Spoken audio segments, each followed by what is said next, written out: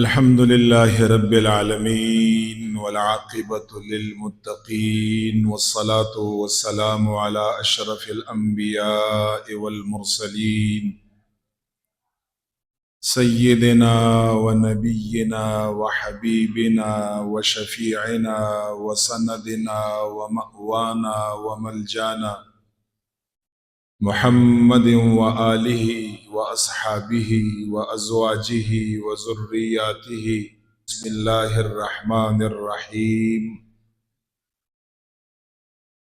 قل هل يستوي الذين يعلمون والذين لا يعلمون إنما يتذكر أولو الألباب. صدق الله العظيم وصدق رسوله النبي الكريم الأمين،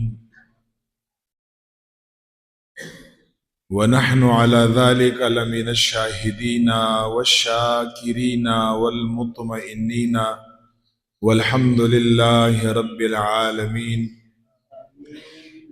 وقال رسول الله صلى الله عليه وسلم: من يرد الله به خيرا يفقهه في الدين، وإنما أنا قاسم والله يعطي. رواه بخاري ومسلم، أو كما قال عليه الصلاة والسلام: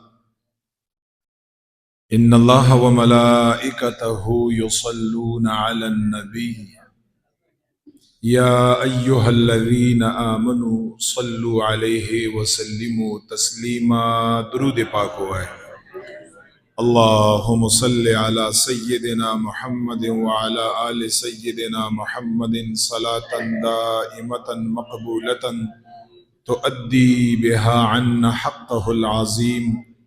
الصلاة والسلام عليك يا بشير، الصلاة والسلام عليك يا نذير، الصلاة والسلام عليك يا نبي الأمة، الصلاة والسلام عليك يا نبي الرحمة، وعلى آلك وأصحابك يا سيدي يا محبوب رب العالمين. ډیرو عزتمندو معززو مشرانو همزولو معشومانو محبینو، السلام علیکم ورحمۃ اللہ وبرکاتہ. محترم حاضرینو، شوال المکرم اسلامی لسم میاشت نن د هغې جمعې مبارک ورځ ده، او دغې جمعې مبارکې په ورځ باندې د عید الفطر د واړه اختر د شوال المکرم د میاشتې 14مه ورځ ده. الہ العالمین په حضور کې د زمونږ او د ستاسو د ټولو دا یو دعا ده: خدای پاک جل جلاله د مونږ او ستاسو ګناهونه معاف کړه. الہ العالمین د زمونږ له خپل توفیق باندې د نیکیو د اطاعاتو د فرمان بردارۍ توفیق راکړه. نن به زمونږ او ستاسو موضوع او بیان اول نه اخر پورې دا د علم او د علماو فضیلت باندې انشاءالله، چونکه تاسو ته پته ده چې په شوال المکرم میاشت کې د ټولو دینی مدارسو چې څومره دي اهل سنت و جماعت د دینی مدارسو د هغوی داخلي وي. په عالم کورس کې اتکاله چې کوم عالم کورس دی په هغې کې داخلي وي، په تجوید کې، په حفظ قرآن کې، او بیا تخصص د مفتی کورس چرته 2 کالی په یو ځای کې 1 کال وي سیمسټر وایز. دا ټولې داخلي شروع دي. زمونږه د صاحبانو عظیمه درسگاه و اداره ام المدارس دارالعلوم جامعه جنیدیه غفوریه کارخانو پاغي کې داخلي تقریبا یو هفته وشوه، یو هفته پاتې ده. شروع دي په ټول چې څومره شعباجات دي، که تجوید دی، که درس نظامی عالم کورس دی او که تخصص دی افتا، په دغو ټولو کې داخلي شروع دي. داسې په هر اداره کې چونکې د مدارسو ابتدا دا د شوال المکرم نه کیږي او په رمضان کریم باندې اختتام کیږي. نو په دې نیت باندې که تاسو په بچیانو کې یو ښه بچی چې هغه ستاسو زړه ته قریبي، ستاسو زړه ته نږدې، ستاسو پکې د ټولو نه زیات په هغه باندې د تکړهتوب اعتمادي، نو کم از کم په خپل کور کې یا په خپل ټوله فیملی کې یو کس کم از کم څنګه چې تاسو تجارت لا بچیان ورکړي دي، عصري علوم یونیورسټي او سکولز چې څومره دي هغه هم ورکړي دي، داسې نور کم از کم یو بچای په علاقه کې، په فیملی کې، په کلی وطن کور کې اهل سنت و جماعت مدارس علم ورکړي. او نن سبا د فتنې دور دی، ډیر زیات خیال کوئ په وخت د داخله کې، ځکه صرف د علم حصول نه دی چې انسان صرف علم حاصل کا. زمونږ کوشش دی چې انسان نمونږ عالم جوړ کړو او عالم د خیر. دا یاد ساتئ، یو فساد والا سوچ او فکر، تکفیر والا سوچ او فکر، د شرک او د بدعت د ټاپو لګونکی سوچ او فکر د دې مونږ سخت غندنه کوو، سخت خلاف یو د دې. دا یاد ساتئ، عالم انسان هغه وي چې هغه په معاشره کې محبت خور کا، هغه په معاشره کې خیر خور کا. عالم انسان پہچان دای چې خلق ور سره کینی چې هغه له خوند ورکا. عالم انسان هغه چې خلق ځان ته را نږدې کا، چې څومره په معاشره کې تلخ کلامي دي، بے اتفاقی دي، لانجی دي، چې هغه ختم کا. مسلمانان سره په خلا کا، مسلمانان سره نږدې کا، د یو بل احترام نه یا خبر کا چې د مسلمانانو په یو بل باندې احترام ادب دا څومره دی او دا په یو بل باندې لازم دی. دغه انسان نه په معاشره کې خیر خورګي بیا، او دغه انسان ته په حقيقي مانو کې عالم ویل کېږي.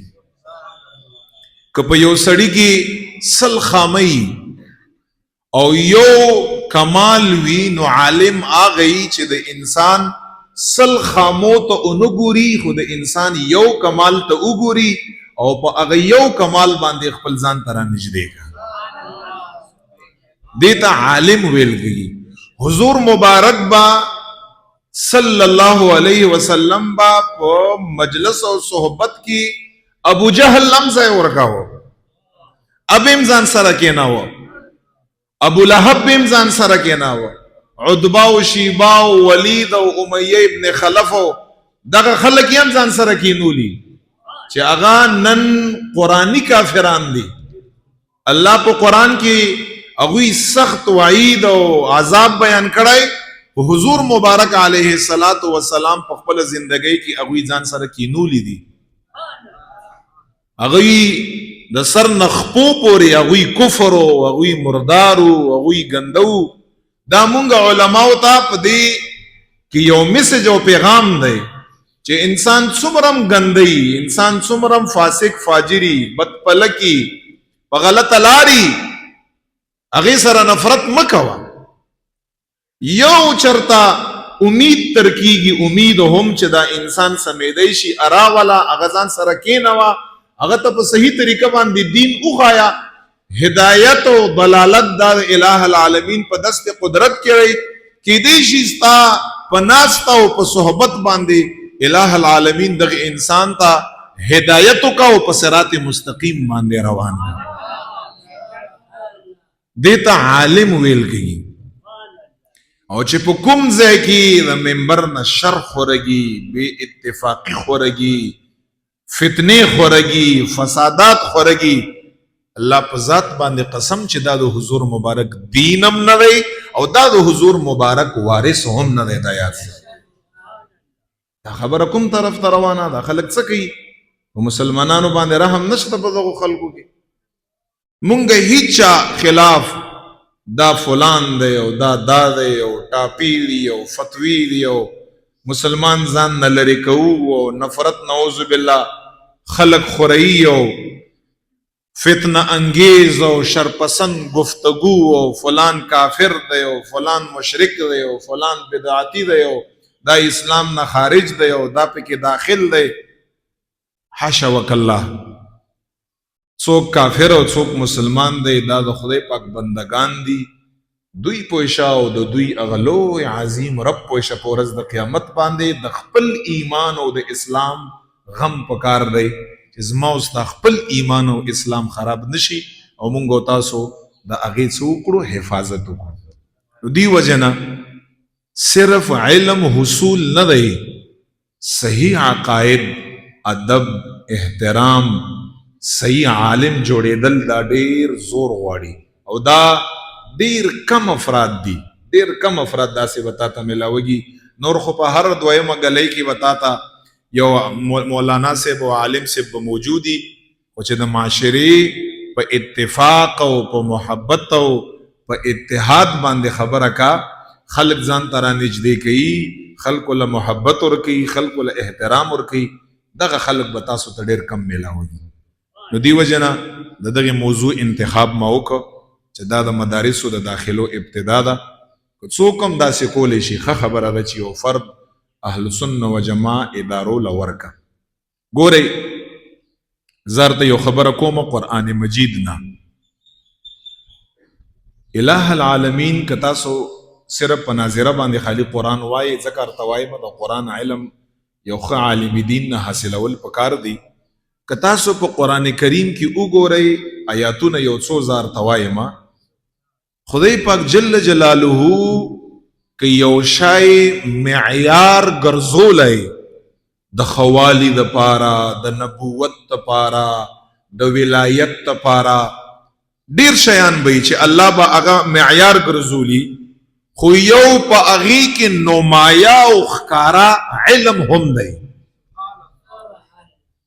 مثال کے طور پہ علم دا ډیر اوچت شی دی. دا د ایمان نه پس چې سړی مومن مسلمانی، دا غې نه پس انسان صحتمنی، دا غې نه پس لوی نعمت، لوی او عظیم نعمت او سرمایه د الہ العالمین د طرف نه هغه د انسان عالم جوړېدل دي.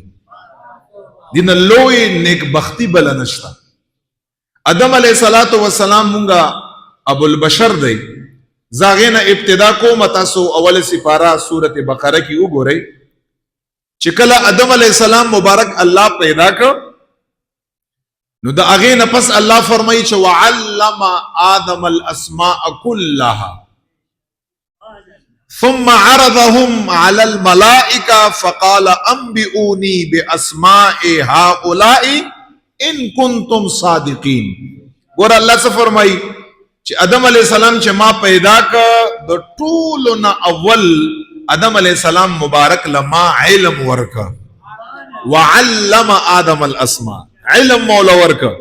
ابو البشر د انبیاء نمبر په اعتبار باندې اصل اولنی پیغمبر او نبی، الله فرمایي ما ولا علم ورکا، او د علم نه پس ما او د ټولو شیانو چې څومره په دنیا کې الله پیدا کوي، د دغه ټولو شیانو علم کلها لفظ راغلی، ټولو شیانو علم الله فرمایي ما آدم علیہ السلام لورکا.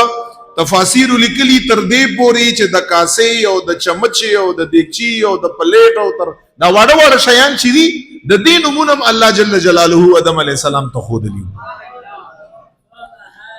او بیا یا الله فرمایي چې ثم عرضهم على الملائکه، بیا ما فرشتو ته وی چې کوم علم ما آدم علیہ السلام لور کړی دی او د کوم سیزونو نمونه ما آدم علیہ السلام ته خولی دي، هغه سیزونو نمونه تاسو ما ته ووایي فرشتو.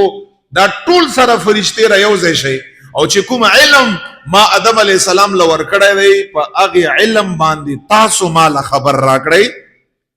تاسو آدم علیہ السلام خو ارڅ ده، تاسو هم لګ راشئ، تاسو څه ده چې تاسو راته وی چې انسان م پیدا کوه.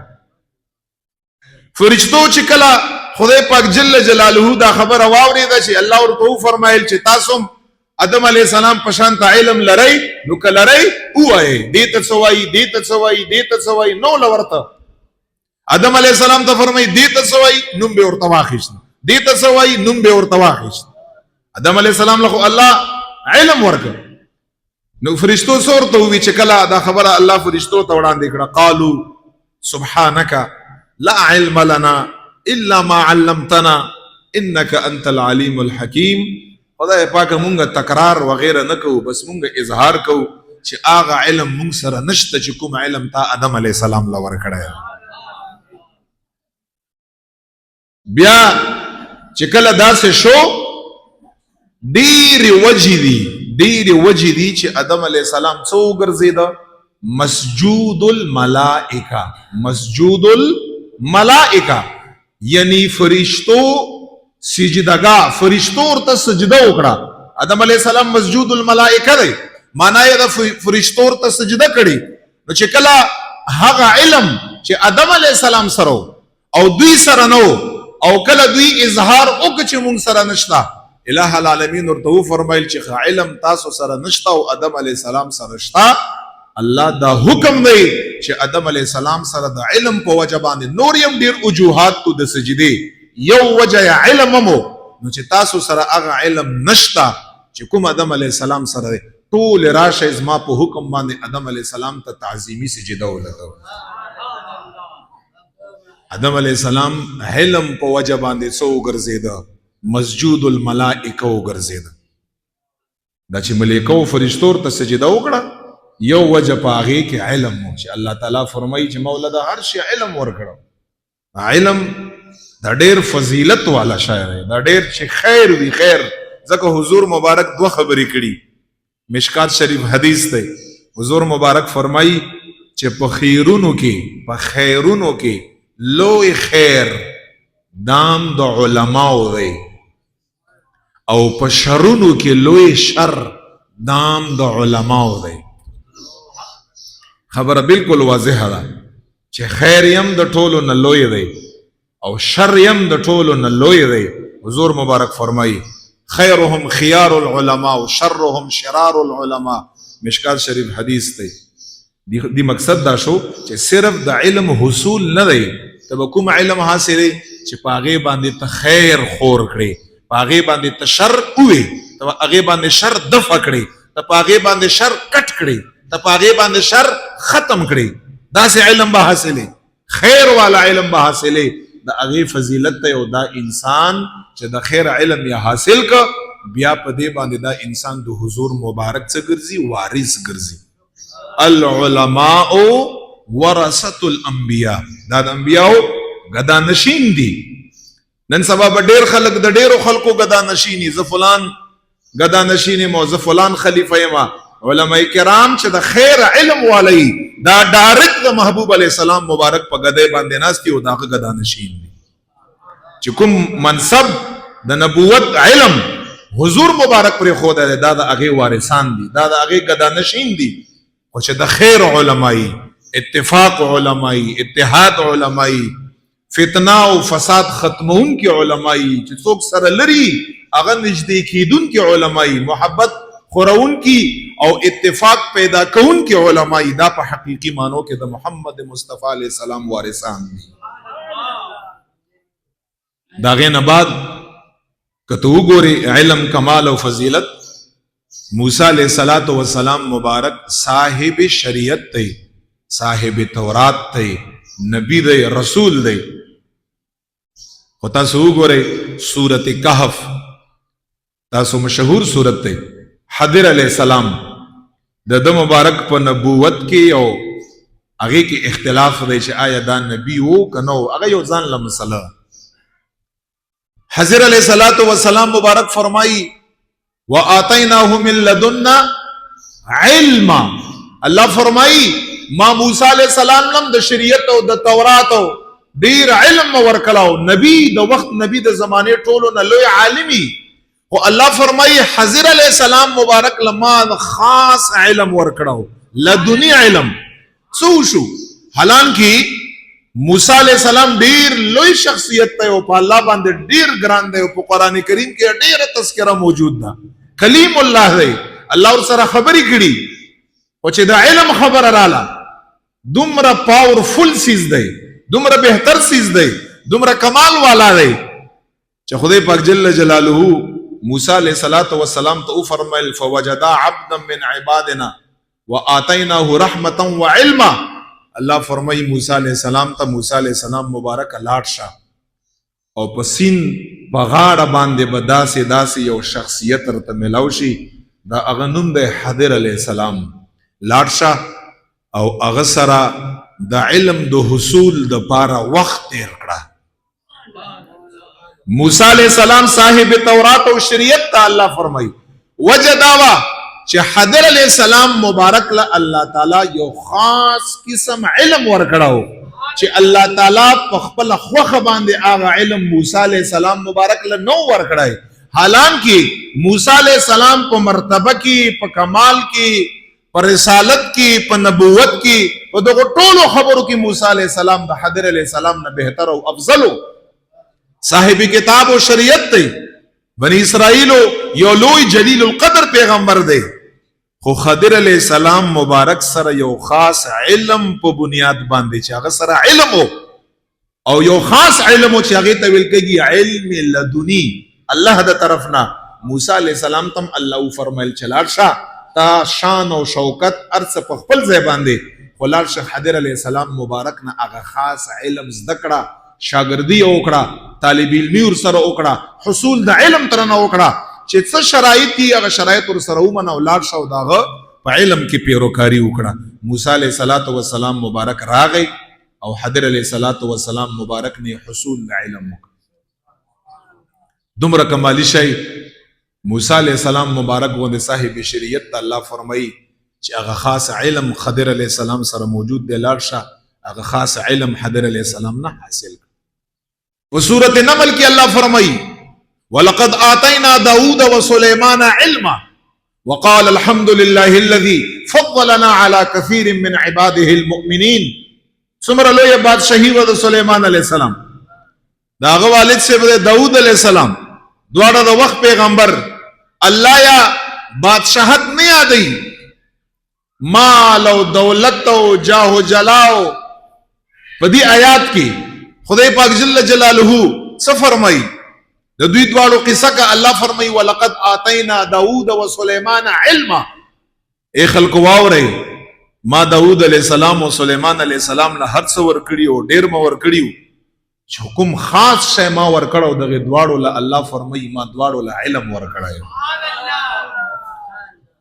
الله یا علم ستایلای په دومره ډیرو شیو کې او بیا په اخر کې څه فرمایي چې دوی په ټولو شیو باندې شکر وستلای دی ټولو، او خصوصا چې د زما حمد یا بیان کړی داود علیہ السلام. الله فرمایي او زما شکریا یا ادا کړی دا او د زما ډیر بڑای او ثنا یې ویل دا. الله په قران کې فرمایي چې هغه د علم په نعمت باندې ویل دا.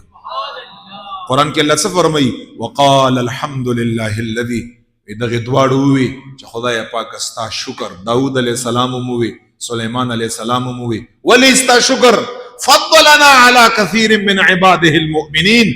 خدای پاک استا شکر په هغه علم باندې چې زمون په زمانہ کې دا علم هیڅ عالم نه ورکړای او دغه علم په وجه بادشاہت په وجه نه، پیسو په وجه نه، دغه علم په وجه باندې د رب متعال زمون له خپل دنیا کې په ټولو مؤمنانو باندې فضیلت او برتری دا کړی.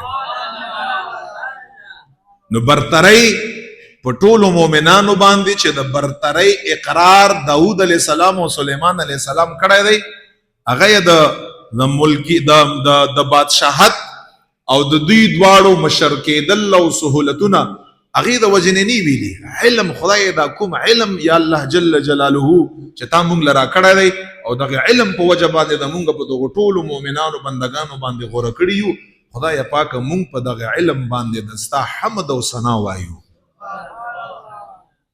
بیا تاسو مخکې راشئ یوسف علیه السلام مبارک لراشئ دا څه معمولی خبره نه ده.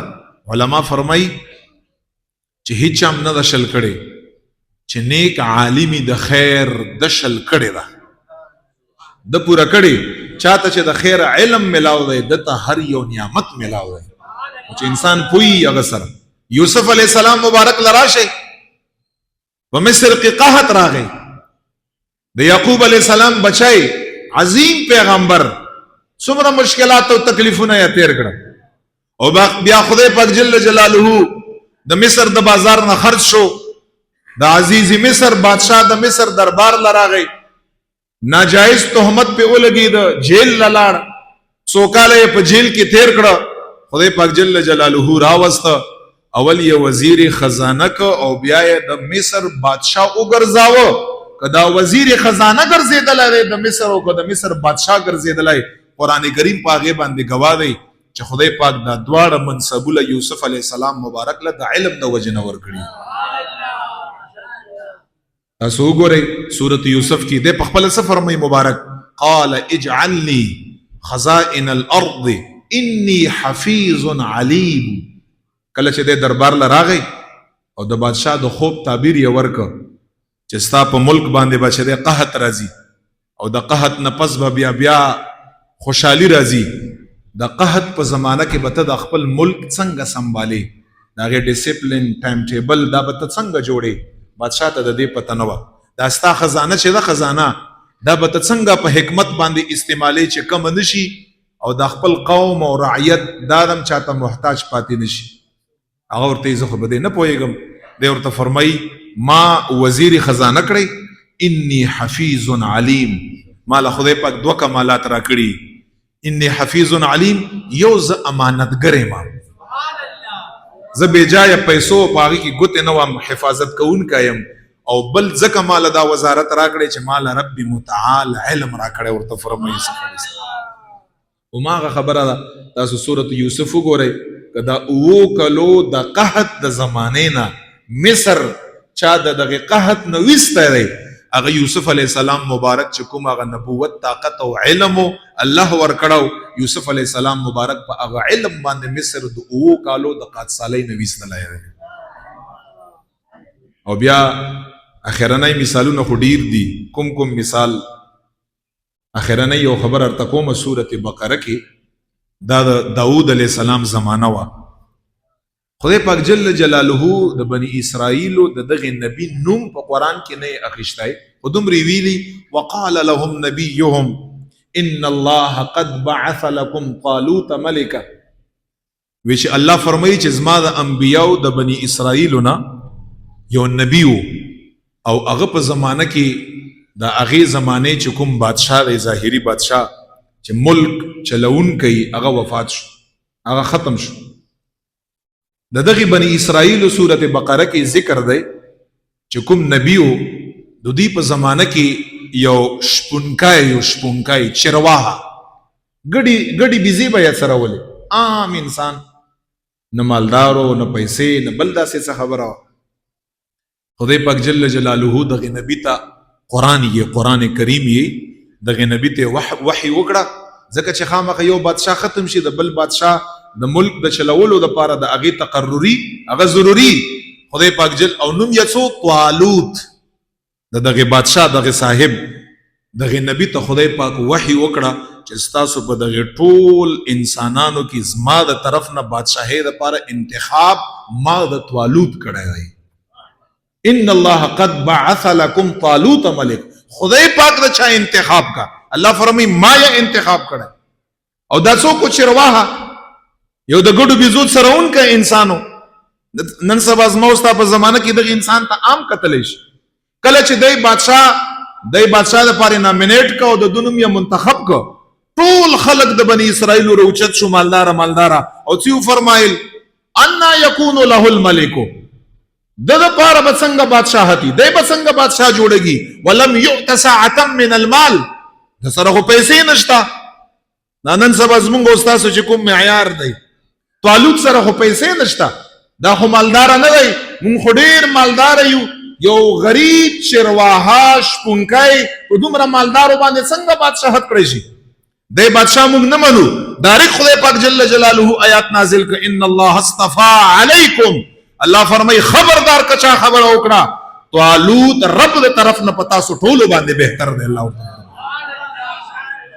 رب قرآن کی چې بهتر دی مانا منٹ کړای مانا زم وجه صدا وجه رستو آیات وزاده بسطه فی العلم والجسم الله فرمای ټیک د ظاهری بور سره هیڅ شی نه او چې زه انتخاب کوما انتخاب وجه دا چې بنی اسرائیلو په ټولو بنی اسرائیلو کې د طالوت په شان علم هیڅ اثر نشته الله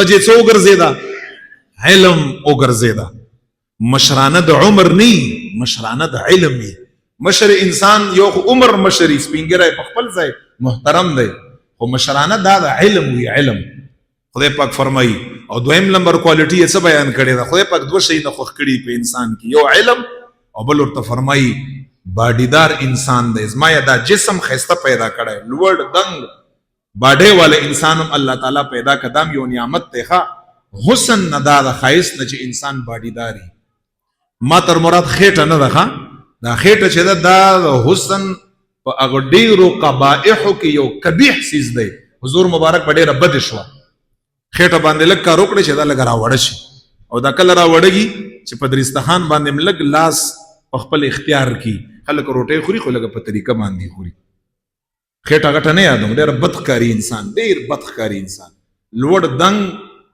او سلیم خیسته چې سړی واکم که چې حضور مبارک خوخو سړی پیدل ګرځي دغسې انسان الله تعالی ډېر خوښ دی دا ټولو نه ښایسته حسن دا دی خدای پاک په قرآن کې سترګې شونډې مخه خوله دا نور شی نه ذکر کړي د حسن یا باډي ذکر کړی الله فرمایي طالوت سره دوه کمالاتو یو سره علم یو باډیدارو نو داود علیه السلام مبارک بیا پسې رستو راغی داود علیه السلام قریب زمانه وه خدای پاک جل جلاله که د طالوت انتخاب کړی دی چا د وجې نه کړی علم د وجې نه کړی تاسو هم که د چا انتخاب کړی په ډېرو شیو کې کړی ټولو نه اول بعد الایمان کمالی صفت هغه علم دی علم دا د خدای پاک سنت دی د خدای پاک طریقه ده مونږ او تاسو له پکار دي چې د ټولو خبرو احترام وکړو نو خپلو خاندانونو نه مدارسو کې داخلي روانې دي چې چرته اهل سنت و جماعت ادارې هر څوک تاسو په اعتمادي کم از کم یو بچی ورکئ او په هغه بچی باندې بیا ډېر خیال ساتئ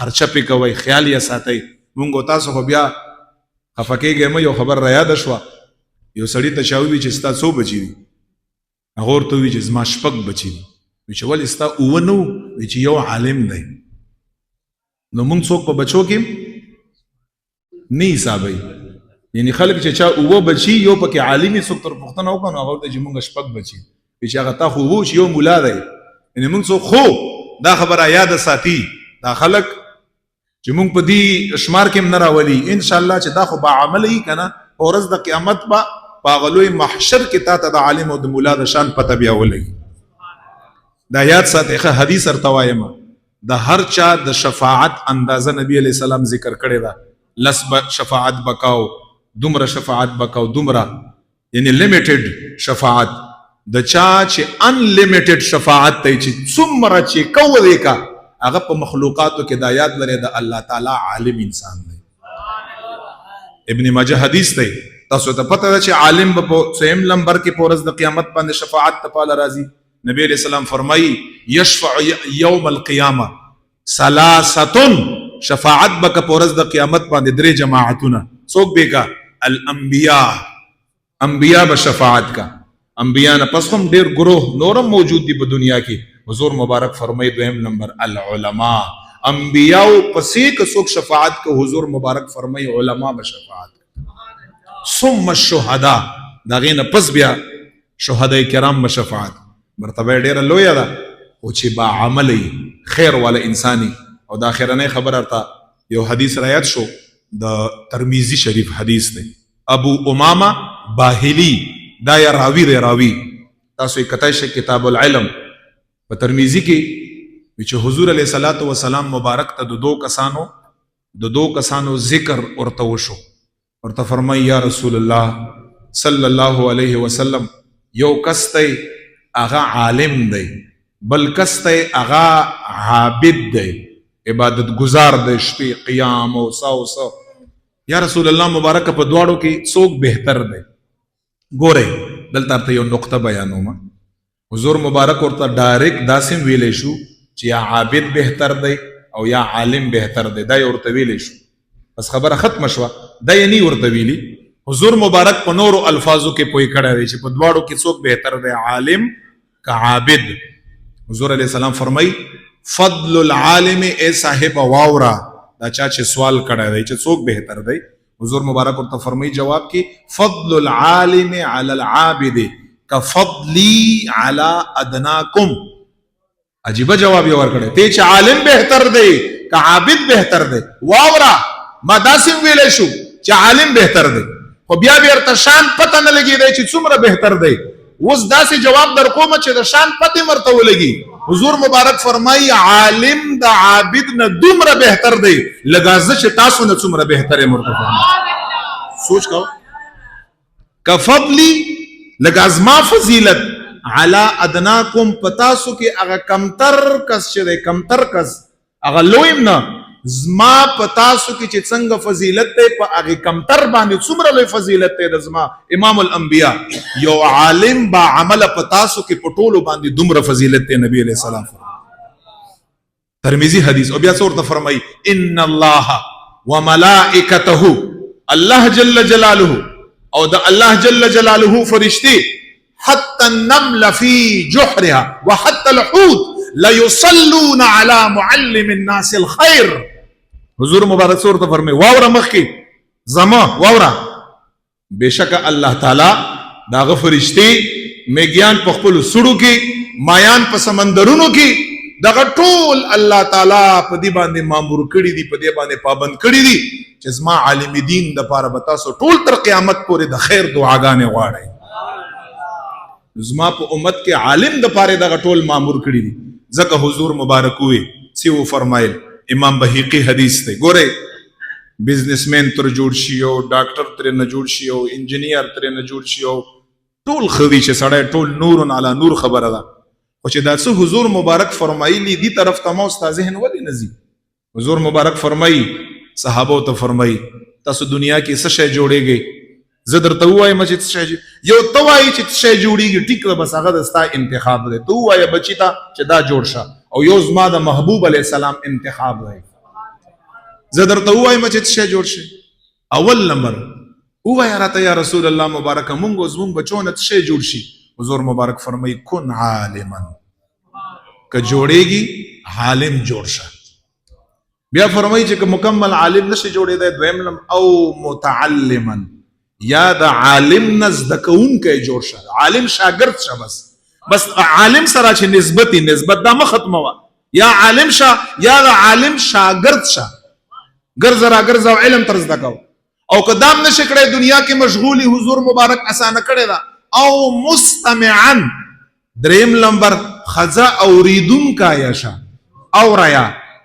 دلته چې خلک ماشاءالله تاسو خو ډیر تکړه، تاسو خو اول نه ناستې په 12 بجې باندې ډیر تکړه خلک یې تاسو. قسم دې په جمعتونو کې خلک خطبه شوري، خطبه یو قسم وړاندې نه ناس خطبه په دوران کې خلک راشي یو ران نوځي بل. نو چې ته په خطبه په ټیم کې راځي نو ته عالم نه څه شی به تر زده کوي؟ خطبه خو نه زده کوي، او خطبه د زده کېدو شایم نه دی تاسو لپاره. او خو تاسو یې ماشاءالله چې په 12 بجې دلته ټول جمعه ډکی، افرین دی په تاسو. قسم دې خلک نو نکینه علماء چې نکینه نو څه شی به زده کوي؟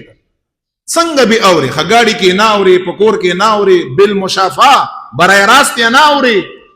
حضور مبارک فرمایي چې خپل جوړ شه، کني شاګرد یې شه، که شاګرد باندې ټیم لګي کم از کم سامع یې شه، اوریا ورته کینه کله کله. او قدام 3 درجه شو، څلورمه درجه بیا حضور مبارک فرمایي دام نشي کړای. او محبا پس زړه کې ور سره کم از کم محبت کوونکی شه نبی علیہ السلام. لره لره نه مر سره پزړه کې څه ساته مين ور سره ساته او کدا څلورو شینو کې نه نو بیا بس حضور مبارک فرمایي ولا تکون الخامسه بس پنځم ما جوړه بس بل نه بس په دغه څلورو کې یو شه یا عالم شه یا شاګرد شه یا اورا یا ور سره مين کړه او کدا ټول خو نور علی نور پنځم بل څه گنجائش نه بس بل ولا تکون الخامس پنځم ما جوړېګا ولی فتهلک حضور مبارک فرمایي بس بیا به هلاک شي دا د حضور مبارک خبره بس بیا به هلاک شي چې په دغه څلورو کې یوم نه کنه نن سبا د خلک تباہ او برباد نشو خو په دغه څلورو کې یوم نه دی کنه ځکه خو تباہ دا خو حضور مبارک هغه خبرې دي چې مهر نبوت په دغه خبرو باندې لګیدل دی لا شک فيه هیڅ شک په دغه خبرو کې نشته چې عمل د پیو کا تبم بچي ستا بچي او ایمان او دنیا او آخرت بم بچي او که عمل دی پونه کا تبم هلاکی او ستا بچي او ستا دنیا او آخرت بم هلاکی نو دی وجنه دغه خبرو ته سوچ کوي او ته فکر کوي ورته ور باندې عمل کوي او خپل بچو کې بیا مرتوای مد مدرسو د پاره د خو مدرسو د پاره اهل سنت و جماعت مدرسو د پاره تکړه بچي د خ بچي روغ بچي او چې کوم ایجوکیټډ ماشوم تاسو زړه مرته نږدې هغه بچي انتخاب وکړي الله د رضا د پاره یا اهل سنت و جماعت په اداره کې یا تجوید تکې نه وي یا حفظ تکې نه وي یا درس نظامی تکې نه وي یا افتاء غنه پس سټپ بای سټپ هغه افتاء کورس پورې ورسوي ته بیا ګوره ستا احترام څومره کا او ستا سره محبت څومره کا او دا د ستا ذخیره د آخرت دا څومره ده قیامت په ورځ باندې نبی علیہ السلام فرمایي علما به خدای پاک سیټ ته ودرګي تاسو شهیدان بم جنت لاړ شي او دا ټول خلک به جنت لاړ شي او دوی به سیټ ته ودرګي خوف به پراشي خدای اخر دا کله چې سړی په ویش کې څوک سیټ تکا نو یا خو ډیر څو لور کوي او یا نو لور کوي دواړه احتمالم وي یا خو بس دا نه در کوم او یا خاص در کوم نو سړی باندې خوف راځي خدای پاکه عابدان جنت لاړ شهدا جنت لاړ دغه خلقو ته په دنیا کې مونږ د شهید مرتبه او درجه بیان کړي وا جهاد خورته ما بیان کړهو عابد جوړو د عبادت فضیلت خورته خدای پاکه ما بیان کړهو دې څه پوهې د چې عبادت څه شي او نن دی اول ما لاړ زم سیټ تکړم چې الله ورته فرمایي چې دوی مدا ظاهري توګه باندې اول بوتله دا مدي وجنه نه بولی چې دا تاسو نه بهتر دي او تاسو مشاته ودرولې ورته وای تاسو مزکه شاته ودرولې چې دوی ساده لاړ او تاسو به خلکو شفاعت کړي او ځان سره به ابوزه وګرځي تاسو شفاعت وکړي علما با ورته فرمایي الحمدلله چې دا خبره مو خو ویری د چې موږ لګون دي عذاب راکې چې الله ورته فرمایي قسم دې کما تاسو له آخرت کې عذاب درکولای کنه ما به تاسو له دنیا کې علم نه درکولای